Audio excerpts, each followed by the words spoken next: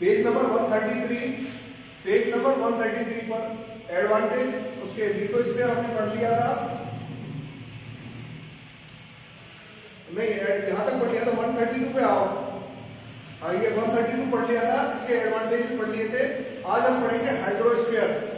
The domain of water is referred as hydrosphere. It comprises various sources of water and different types of water bodies like rivers, lakes, sea, oceans. Water is the commonest liquid on the earth. देखो जो पानी का जो main domain होता है उसे हम hydrosphere कहते हैं। इसमें कौन कौन से वेरियस सोर्स शामिल होते हैं, जैसे नदी हो गए, झील, समुद्र, महासागर आदि, है ना। वाटर का पृथ्वी पर लिक्विड फॉर्म में पाया जाता है, सामान्यतः लिक्विड फॉर्म में मिलता है। और जो पानी की सतह होती है वो लगभग 71% ऑफ द अर्थ सरफेस, लगभग पृथ्वी की 71% की सतह पर क्या पाया जाता है, जल पाया जाता है। जलमंडल है, हाइड्रोस्फीयर है। It exists in liquid, gas and solid form. अब यह लिक्विड, तरल, गैस और सॉलिड तीनों फॉर्म में पाया जाता है। The water available under the surface of the earth is also a part of the hydrosphere. देखो जो पानी है, भूमिगत जल जो होता है, पृथ्वी के नीचे पाया जाने वाला ग्राउंड वाटर जल भी, वो भी हाइड्रोस्फीयर का एक भाग होता है। एडवांटेज क्या है, देखो hydrosphere is the source of water and is termed as the elixir of life. What is necessary for all forms of life, animals and plants alike. देखो पानी का जो कहते हैं वाटर का जो सोर्स है, हाइड्रोस्फीयर क्या है, वाटर का एक सोर्स है। और इसमें जीवन के सभी फॉर्म्स के लिए, चाहे वो एनिमल्स हो या प्लांट्स हो, सभी के लिए जल आवश्यक है। बिना जल के जीवन की कल्पना करना असंभव है। The rain provides a cooling effect of the earth to the earth, otherwise there will be hot atmosphere. जो बरसात होती है उसकी वजह से पृथ्वी पर क्या होती है, एक ठंडक प्रभाव रहता है, अदरवाइज पृथ्वी क्या हो जाएगी, ये एटमॉस्फेयर क्या हो जाएगा, गर्म हो जाएगा बहुत ज्यादा। अब रिवर्स और जो ओशंस हैं, महासागर हैं, वो जैविक ईंधन प्रोवाइड कराते हैं and various food in the form of water animals. और जो जलीय जानवर हैं उनको भोजन को अनेक प्रकार के भोजन प्रोवाइड करवाते हैं, लाइक फिश जैसे मछली हो गई। Navigation through the seas and rivers is a major source of trade and commerce. अब नेविगेशन के माध्यम से समुद्र और नदियां एक महान बड़ा स्रोत है किसी चीज का, व्यापार का और वाणिज्य का। अब इसके बाद हम पढ़ेंगे नेक्स्ट, बायोस्फीयर क्या है। The word biosphere literally means sphere of life. Biosphere का मतलब ही क्या होता है, जीवन की सतह। It is a combination of atmosphere, lithosphere and hydrosphere. अब बायोस्फीयर में तीनों स्फीयर्स का, वो एटमॉस्फेयर हो गया, लिथोस्फीयर और हाइड्रोस्फीयर का कॉम्बिनेशन होता है। जहां कहीं भी लाइफ एग्जिस्ट करती है वहां एनवायरमेंट एरिया वो किसके अंडर में आएगा, बायोस्फीयर के अंडर में आते हैं। बायो का मतलब होता है जीवन के फॉर्म से होता है। Atmosphere contains life forms in the form of flying insects and birds. अब जो एटमॉस्फेयर में जीवन के सभी रूप शामिल होते हैं, चाहे वो फ्लाइंग इंसेक्ट्स हो या पक्षी। Lithosphere has land animals and plants and hydrosphere has water animals and plants. अब देखो लिथोस्फीयर जो होते हैं उसमें मनुष्य हो गए, जानवर हो गए, प्लांट्स हो गए, और हाइड्रोस्फीयर जो है उसमें सभी जानवर, जंगली जानवर और जंगली जो जलीय पौधे वो सम्मिलित होते हैं। ठीक है। अब देखो बायोस्फीयर के क्या एडवांटेजेस हैं। It is the dwelling place of all form of life in the environment. यह सभी पूरे संपूर्ण एनवायरनमेंट में जीवन के सभी रूपों का के लिए रहने का एक निवास स्थान है। It makes the planet of the universe because of the present of life in it. यह पूरे ब्रह्मांड में एक ऐसा प्लेनेट है जहां पर जीवन उपस्थित है ना। इकोसिस्टम क्या है, everything in the natural world is connected. All plants, animals and human beings are dependent on their immediate surroundings. अब देखो प्रत्येक चीज इस नेचुरल प्राकृतिक संसार में सभी प्लांट से, एनिमल्स और जानवरों से एक दूसरे से जुड़े हुई हैं और एक दूसरे पर निर्भर करती है ना। सब कुछ सारी जो चीजें हैं, चाहे वो पेड़ पौधे हों, जंगली जानवर हों, एक दूसरे से कनेक्टेड है और एक दूसरे पर डिपेंडेबल है। Often they are interdependent on each other, प्राय वे इंटरडिपेंडेंट है ना, और एक दूसरे के ऊपर। The relation between the living organism as well as the relation organism and their surroundings form on an ecosystem। जो ये जीवित प्राणी हैं, जैसा कि आपस में इनका पूरे इकोसिस्टम में, पूरे संपूर्ण बायोस्फीयर में इनका आपस में एक अंतः संबंध होता है, गहरा संबंध होता है, एक दूसरे पर डिपेंडेंट होते हैं, ठीक है, उसी से इकोसिस्टम का निर्माण होता है। Ecosystem having no particular size, an ecosystem can be as large as a desert or a lake, or as small as a tree or puddle। अब देखो, जो इकोसिस्टम है उसका कोई विशेष साइज नहीं होती है, उसकी कोई स्पेशल या पर्टिकुलर साइज नहीं होती है।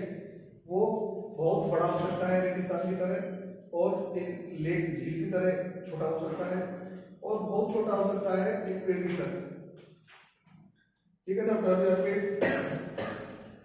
अब पढ़ते हैं इकोसिस्टम में क्या है, अबायोटिक कंपोनेंट्स और बायोटिक कंपोनेंट्स, अजैविक और जैविक कंपोनेंट्स क्या क्या है। देखो क्लाइमेटिक, अब देखो सबसे पहले पढ़ेंगे अबायोटिक कंपोनेंट्स क्या है। क्लाइमेटिक फैक्टर्स जैसे रेन, लाइट, वाइंड, टेम्परेचर, ये अबायोटिक कंपोनेंट्स के अंदर आते हैं, ठीक है। उसके बाद सोयल, मिनरल्स, ऑक्सीजन, और ये topography producers also known as autotrophs, they produce energy. अब बायोटिक कंपोनेंट्स जो होते हैं, इसके कंज्यूमर्स क्या हैं, consumers also known as heterotrophs, they consume and transfer energy. अब जो इसके कंज्यूमर जो है, इनको हम हेटेरोट्रॉप्स के नाम से जानते हैं, जो कि दे कंज्यूम एंड ट्रांसफर, जो कि एनर्जी को ट्रांसफर करती है, कंज्यूम करती है और ट्रांसफर करती है। Decomposers better known as reducer और सेप्ट्रोट्रॉप्स, रिसाइकल एनर्जी। तो रिसाइकल एनर्जी के लिए रिड्यूसर्स का काम करते हैं, और इन्हें हम सेप्ट्रोट्रॉप्स या रिड्यूसर्स के नाम से भी जानते हैं। अब पढ़ेंगे प्रोटेक्शन ऑफ एनवायरनमेंट। तो प्रोटेक्शन ऑफ एनवायरनमेंट में देखिए, now when we know that environment has a direct bearing on our living lives and life can not sustain itself without the help of environment. अब आप जानते हैं कि जो environment है उसमें प्रत्यक्ष रूप से सहन करने की हमारे आवर लाइफ, हमारे जीवन पर और जीव जंतुओं और जीवन पर, जो कि एक दूसरे की सहायता के बिना, एनवायरनमेंट की सहायता के बिना जीवित नहीं रह सकते हैं। It becomes our duty to protect our environment from any damage or destruction। अब ये हमारी ड्यूटी है कि हमें इस एनवायरनमेंट की डैमेज होने से और इसका विनाश होने से इसकी सुरक्षा करनी है। Protecting environment needs to protect life. Environment को प्रोटेक्ट करने का अर्थ होता है जीवन को प्रोटेक्ट करना। नॉट ओनली द नेसेसिटी, न केवल आवश्यकता है वो जीवन की, जैसे कि एयर हो गई, वाटर हो गई, फूड हो गई, जो कि एनवायरनमेंट के द्वारा प्रोवाइड किए जाते हैं। It also the natural resources. ये क्या है, इनमें नेचुरल प्राकृतिक संसाधन भी शामिल हैं, जैसे कि मिनरल्स हो गए, फॉरेस्ट हो गए, एनिमल्स हो गए, जो कि हमारे जीवन को और कंफर्टेबल बनाते हैं और जीने योग्य बनाते हैं इस प्लेनेट पर, इस पृथ्वी पर। Most human activities affect the environment in one way और द अदर। अब जो बहुत सारी ह्यूमन गतिविधियां हैं, मानव गतिविधियां हैं, वो कहीं ना कहीं से एक तरीके या कई दूसरे तरीकों से इस एनवायरनमेंट को अफेक्ट, प्रभावित करती है। Our environment has already been badly destroyed for excessive use of resources such as forests, pastures and farms. If we continue in this fashion, our life and the life of our coming generations would be put to great loss. Life would cease to be if the environment with whole it's supposed to be protecting our environment. We will be providing a new lease to our life.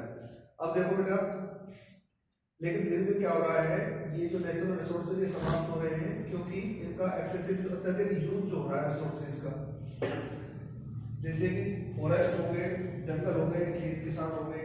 यदि हमने if you continue this pattern, यदि हमने इसी तरह से इसे जारी रखा, एक्सेसिव यूज और डिस्ट्रॉय करते रहे, हम डिस्ट्रक्शन को अगर बढ़ाते रहे, जो ये रिसोर्सेज हैं, नेचुरल रिसोर्सेज हैं, तो हमारी लाइफ आने वाली पीढ़ियों में क्या हो जाएगी, बिल्कुल समाप्त हो जाएगी, और हमें बहुत बड़े लॉस को झेलना पड़ेगा इस चीज के लिए। Life would cease to be if the environment withholds its supports to its by protecting our environment. We will be providing a new lease to our life.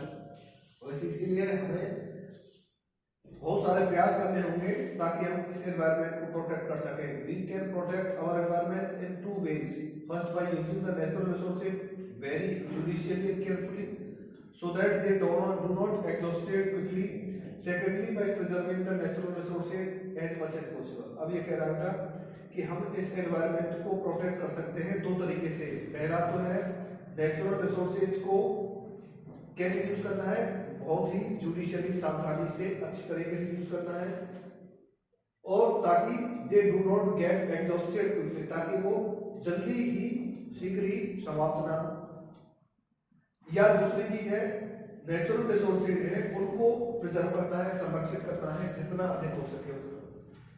अब there are many resources like fossil fuels such as natural gas, petroleum which are not renewed easily. अब देखो बहुत सारे जो ऐसे resources हैं जैसे fossil fuel हो गए, नेचुरल गैस हो गए, पेट्रोलियम है, जिन्हें की आसानी से हम रिन्यू नहीं कर सकते हैं, उन्हें प्राप्त नहीं कर सकते हैं. It takes natural billions of years to generate these resources for us. इसमें इनके निर्माण में रिसोर्सेज के निर्माण में लाखों साल लग जाते हैं इनके बनने में, इनको फॉर्म होने में. इसलिए we must not use these resources lavishly, otherwise nothing will leave for the generation to come. इसलिए हमें इनका अत्यधिक रूप से यूज नहीं करना चाहिए, ठीक है. और अदरवाइज क्या होगा, नहीं तो हम हमारे आने वाली पीढ़ियों के लिए कुछ भी नहीं छोड़ पाएंगे, ठीक है. अब ये केवल छोटे छोटे से 4-5 लाइन का ये पैराग्राफ रह गया है, इसी कल हम नेक्स्ट करेंगे और कल क्वेश्चन आंसर करेंगे. जहां तक करा दिया है इस चैप्टर को पढ़ना है.